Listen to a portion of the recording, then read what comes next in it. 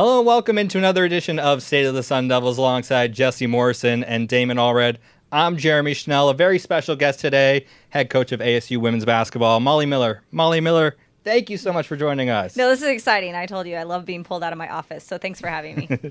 Coach, we want to start with just how you got to this point and you know, how your coaching style has evolved over the years. Who were your role models when you were growing up and getting into coaching?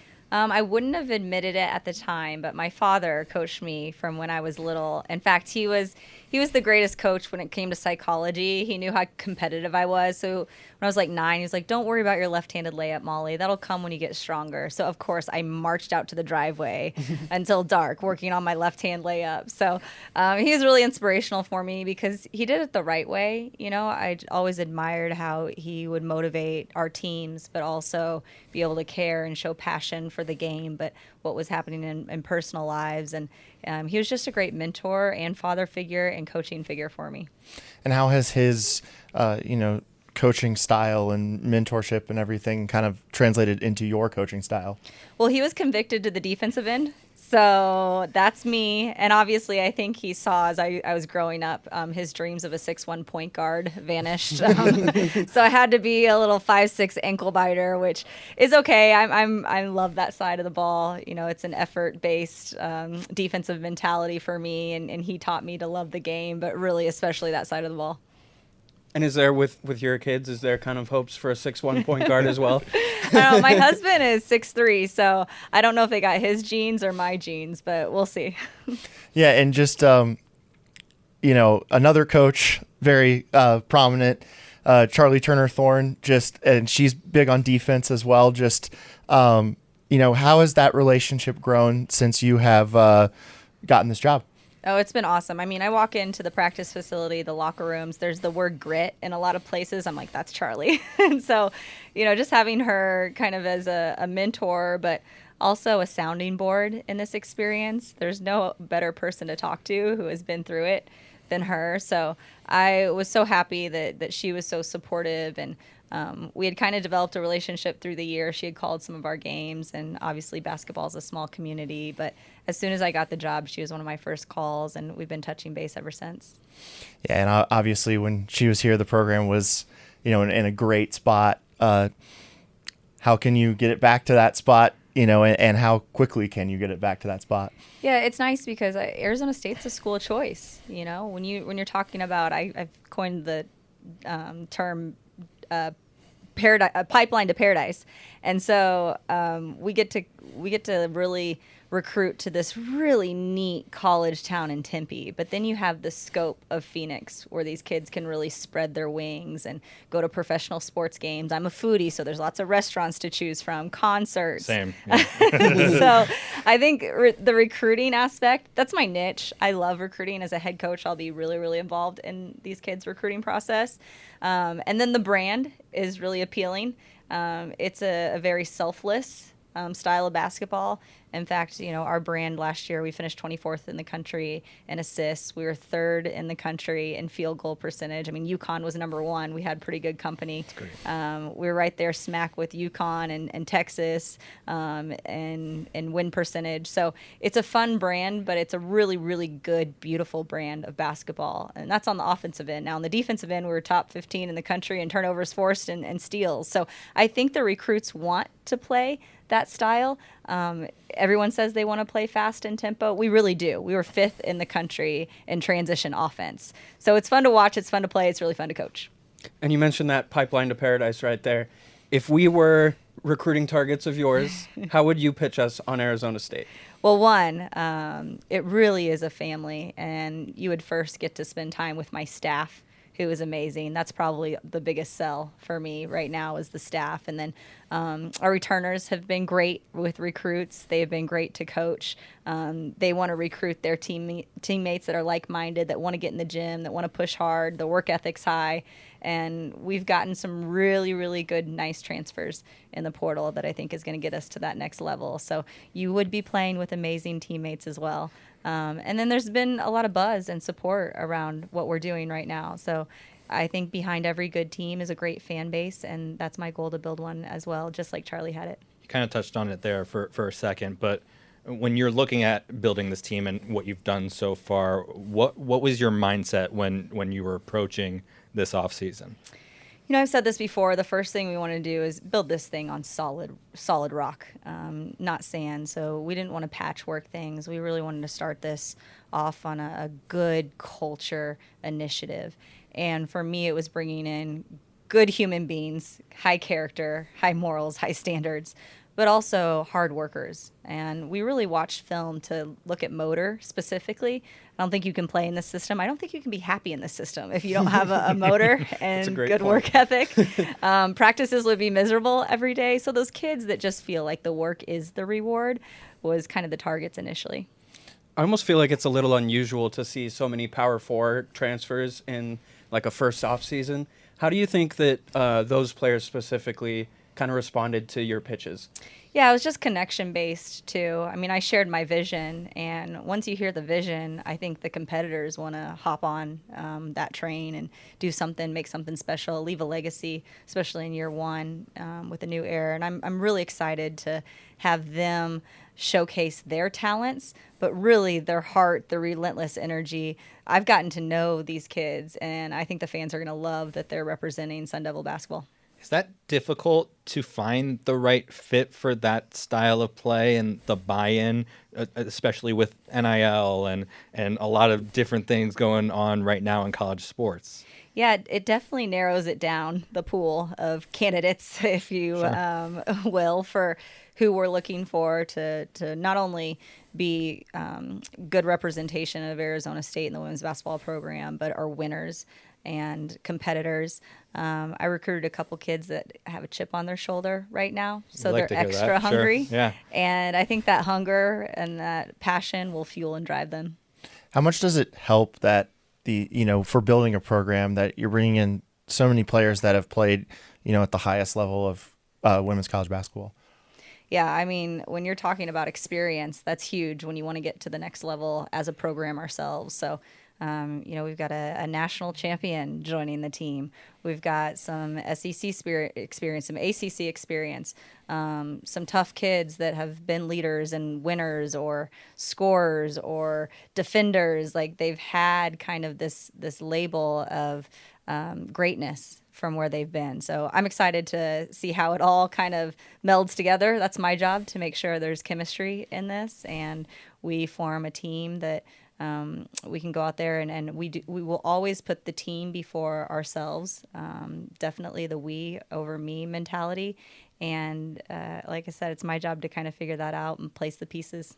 And then kind of from a local standpoint of roster construction, because we know you've been in the area for the last 5 years or so, what kind of recruiting ties have you developed in the area since you came over from Missouri 5 years ago? Yeah, it's been great. I signed 2 freshmen from the area to GCU this coming year. And then I know a lot of the high school coaches in the area. And then with Charlie's connections too, I mean, we've kind of got every corner of the region covered, which is really nice. And then, when we're having visits or there's coaches coming to our facilities, it's just a simple, easy reintroduction. It's nothing new. So that's been nice for me from a media standpoint. I already know the media, and then the high school coaches, already know the area. That's been a really, really positive when I'm making this transition. Yeah, that must have been really simple for you. It might have been overwhelming at first, obviously, getting the job and then the circus around it and everything like that. But obviously, a little comfortability being here the past 5 years, right? Totally. I mean, 100% nailed it. Just when I am able to kind of focus on things like getting a staff, creating a schedule, and making a roster, like all those other things don't seem as overwhelming, like moving, trying to remember a bunch of names, street names, whatever it may be. Like, it was just the best scenario for me and my family. And I think the cherry on top was just the vision, not only for women's basketball, but athletics as a whole. And I'm so proud to be a part of that department. Yeah, and you mentioned, just staying here and everything. You obviously had other interest. It was, reported out there. Just how much of a no-brainer, I guess, was it for you to stay here and at ASU and stay and go to ASU versus, maybe taking another opportunity? Yeah, I mean, I think you listen. You know, when opportunity knocks, you want to educate yourselves on opportunities. And I always put my family at the front when you're making those decisions. But when I got on the phone, I mean, the first time Graham and I talked, I think it was supposed to be like a 10, 20-minute introductory call. I think it was an hour and 20 minutes. You know, we just kept on going. And I think the excitement of the vision and what he has done and what he wants to do, and then my vision and my goals of winning championships, over and over again in my mind, I'm like, this is syncing up. Like, this could really, really be the spot where I feel like we could be successful as a program. You mentioned that connection with Graham. Just on all fronts, really, what have been the differences you've seen at ASU compared to GCU and that transition to Tempe? Well, I think two things can be true at the same time. I really, really enjoyed the relationships that I built at GCU. I really enjoyed my time. I felt very supported. The Havocs, which was the student section, those are my people. They were wonderful.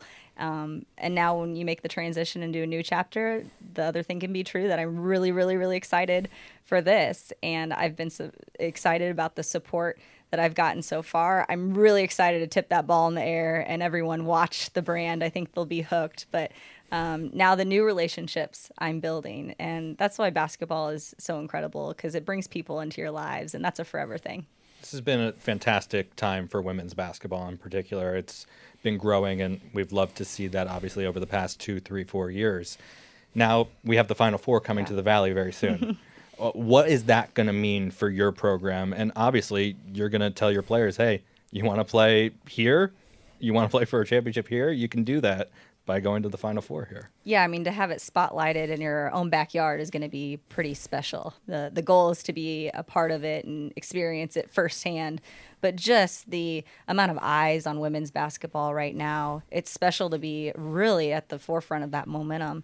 And to have it hosted here and to be a part of it and to have our student athletes be able to experience that, play in it, watch it, everything, that's motivating for us. That's an understatement that it's in our backyard, and we can take a shot and play our best basketball at the right time.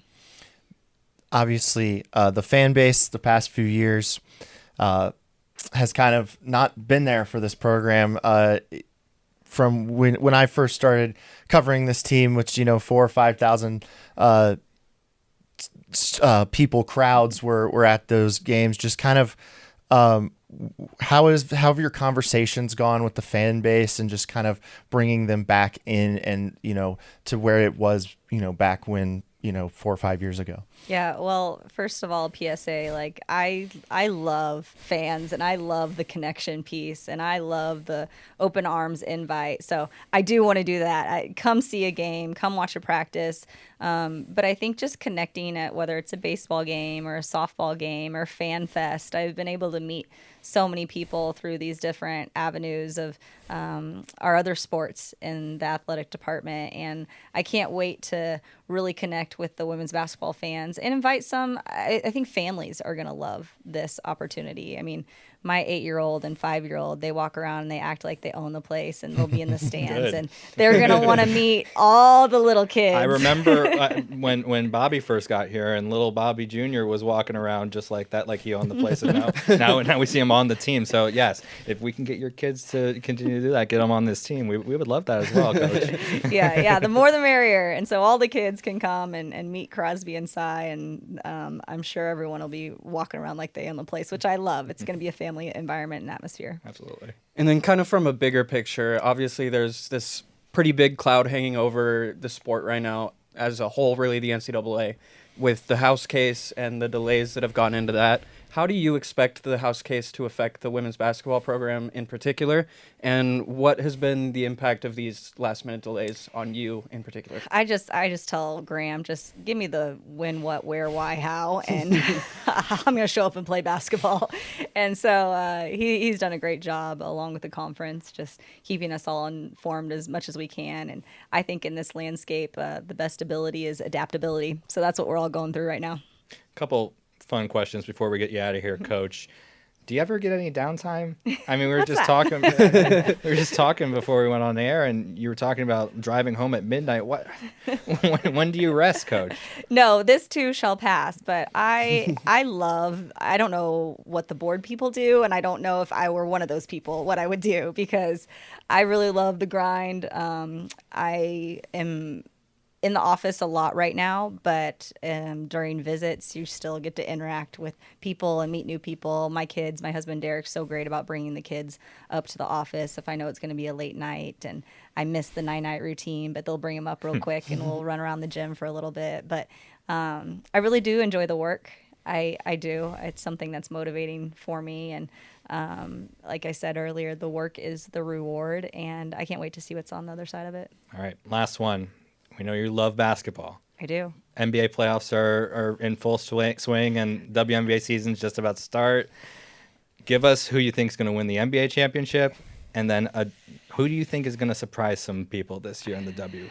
Gosh, that's a good one. I don't know. I'm going to go out on a limb and say a two-peat Celtics. Yeah? Yeah. They did lose. We're recording this on a Thursday. They did lose last night. Oh, I didn't even see it last night. It was crazy. They were leading by like 20 with 18 minutes You left. shouldn't ask me these current questions. Well, no, because she's working so hard. She's at the office at midnight. So you think the Celtics, and then do you know what team do you think will surprise some people this year in the W? Mercury.